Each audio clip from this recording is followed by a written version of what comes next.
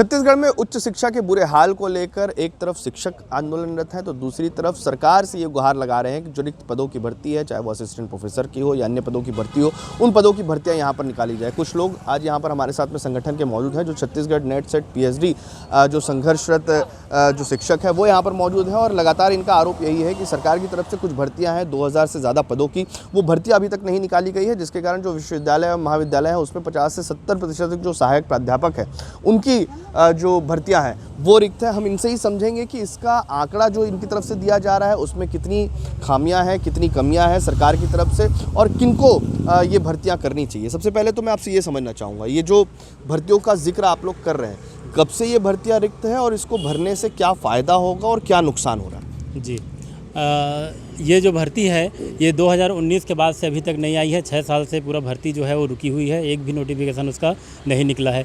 और ये नोटिफिकेशन नहीं निकालने से पूरा छत्तीसगढ़ के जो उच्च शिक्षा प्राप्त करने वाले जो लोग हैं वो पूरा वर्ग जो है प्रभावित हो रहा है और छत्तीसगढ़ जो है वो शिक्षा में पूरा पिछड़ते जा रहा है, जिसका परिणाम अभी 33 पूरे देश में हमारा छत्तीसगढ़ नीचे से तीसरे पायदान में शिक्षा के स्तर में आ चुका है। और अगर उच्च शिक्षा की वैकेंसी निकालेंगे तभी हमारा छत्तीसगढ़ जो है शिक्षा में आगे बढ़ेगा। और मुझे नहीं लग रही है सरकार की मंशा कि ये उच्च शिक्षित हमारे छत्तीसगढ़ के युवा को करना चाहती है, क्योंकि स्कूल शिक्षा में लगातार वैकेंसी निकाल रही है लेकिन उच्च शिक्षा में वैकेंसी नहीं निकाल रही है। तो इससे हमें ऐसा प्रतीत होने लगा है कि पूर्ववर्ती सरकार ने भी नहीं निकाला तो हमने सरकार बदल के भी देखा, लेकिन ये सरकार भी हमको पढ़ाना नहीं चाहती, हमारे आने वाले युवा पीढ़ी को भी पढ़ाना नहीं चाहती कि उच्च शिक्षा प्राप्त करके इनके पॉलिसी के अगेंस्ट जो है वो सही और गलत का फ़र्क समझ पाए। इसलिए वो सिर्फ स्कूल शिक्षा में भर्ती निकाल रही है, उच्च शिक्षा में भर्ती नहीं निकाल रही है। हमको ये लग रहा है और यही मैसेज सरकार हमको हमारे पढ़े लिखे युवाओं को दे रही है, जो अपने जीवन का 15 साल नेट सेट पीएचडी क्वालिफाई करने में जो लगा चुका है। ये उच्च शिक्षा के लिए आप लोग जो प्रयासरत कर रहे हैं, कितने लोग इससे प्रभावित होंगे और अगर ये पोस्ट निकाला जाता है तो कितने लोगों को इसमें नौकरियां मिल सकती है, कितनी संख्या है पदों की? जी, नेट की परीक्षा राष्ट्रीय स्तर पर होती है सर, और इस परीक्षा को हमारे नीट और जेईई ट्रिपल ई के बाद ना 3rd नंबर का टफेस्ट एग्ज़ाम कहा जाता है। इस एग्ज़ाम के लिए हमको भरसक प्रयास करने पड़ते हैं। तो ये परीक्षा क्राइटेरिया टेस्ट है अगले हमारी सीढ़ी असिस्टेंट प्रोफेसर वैकेंसी की, जो हमारे राज्य सरकार की जिम्मेदारी है कि उनके जो कॉलेजेस हैं उसमें भर्ती प्रक्रिया शुरू करें। तो पिछले 2019 में एक बार जो है भर्ती प्रक्रिया शुरू करने की जो नोटिफिकेशन है 2019 में आई थी, उसके बाद हर 6 महीने में जो राष्ट्रीय स्तर पर नेट परीक्षा होती हैं वो आयोजित करती जा रही हैं। इसमें हमारे जो कॉम्पिटिटर्स हैं वो करीब 30 से 40 हज़ार अभी छत्तीसगढ़ में अगले सीढ़ी की तैयारी असिस्टेंट प्रोफेसर भर्ती की परीक्षा के लिए वेट कर रहे हैं, जिसकी नोटिफिकेशन 2019 के बाद 6 साल अभी 7वां साल होने जा रहा है, एक बार भी नहीं आई है। तो इसमें क्या हो रहा है कि जो उम्र सीमा है वो 43 और महिलाओं के लिए 45 रखी गई है। इसमें 2019 के बाद जो महिला बाट जो रहे थे अपने को एक अच्छे प्राध्यापक के रूप में जो शोध का कार्य करवाते हैं, बच्चों को अगली कॉम्पिटिशन एग्ज़ाम के लिए तैयारी करवाते हैं एवं उनमें नया क्रिएटिविटी, नया इनोवेशन, उनमें डीप थिंकिंग, कॉन्सेप्ट, फिलॉसफी आदि भरते हैं उनके दिमाग में।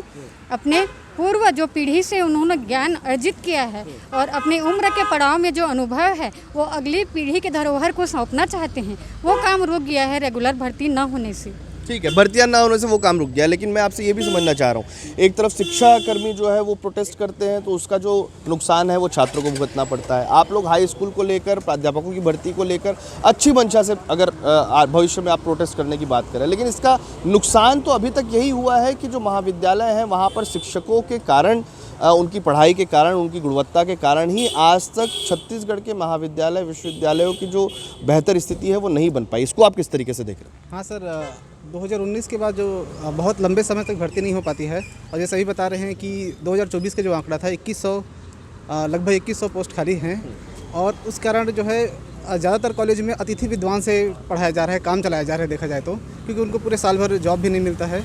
और जैसे नई शिक्षा नीति आई है उसके लिए हमको ज़्यादा फैकल्टी की ज़रूरत पड़ेगी, ज़्यादा और भी ह्यूमन रिसोर्स की ज़रूरत है, वो भी नहीं है। तो इससे पूरी तरह से प्रभावित हो रही है, और सरकार की जो पॉलिसी है न्यू शिक्षा नीति को आगे बढ़ाना, वो भी इससे बहुत ज़्यादा नकारात्मक प्रभाव पड़ रहा है।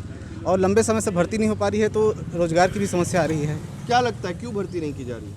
अब ये सरकार की तरफ से है, इसके मैं नहीं कह सकता, लेकिन जैसे जिस तरह से मध्य प्रदेश है और भी दूसरे राज्य हैं, वो लगातार कर 2 साल 3 साल में भर्तियाँ ले लेती है, लेकिन 6 साल तक भर्ती निकाल पाना एक बहुत बड़ा समय हो जाता है। बिल्कुल, छत्तीसगढ़ में लगातार जब भी भर्तियों का जिक्र होता है, खासतौर पर शिक्षा, चाहे वो उच्च शिक्षा की बात करें या स्कूल शिक्षा की बात करें, भर्तियों को लेकर लगातार ये कवायद देखने को मिलती है सरकार और शिक्षा कर्मियों के बीच में, शिक्षक संघों के बीच में, प्राध्यापकों के बीच में। लेकिन देखना अब दिलचस्प होगा कि आने वाले दिनों में बेहतर शिक्षा व्यवस्था के लिए, चाहे वो स्कूल शिक्षा की बात करें या महाविद्यालयीन उच्च शिक्षा की बात करें, बेहतर शिक्षा व्यवस्था के लिए सरकार जिस तरीके से बयान देती हुई नजर आती है, जिस तरीके से काम करने की बात कर रही है, क्या धरातल पर वो काम हो रहे हैं? क्या रिक्त पदों की भर्ती हो जाएगी? क्या उनसे बेहतर स्थितियां उन महाविद्यालयों की, उन विश्वविद्यालयों की हो जाएगी? ये देखना दिलचस्प होगा। आने वाले दिनों में इसकी भी जानकारी मिलेगी कि कब इनकी भर्तियां होती हैं और इनकी भर्तियों से कितना लाभ सरकार को और छात्रों को होगा। छत्तीसगढ़ से TV9 के लिए अमित मिश्रा।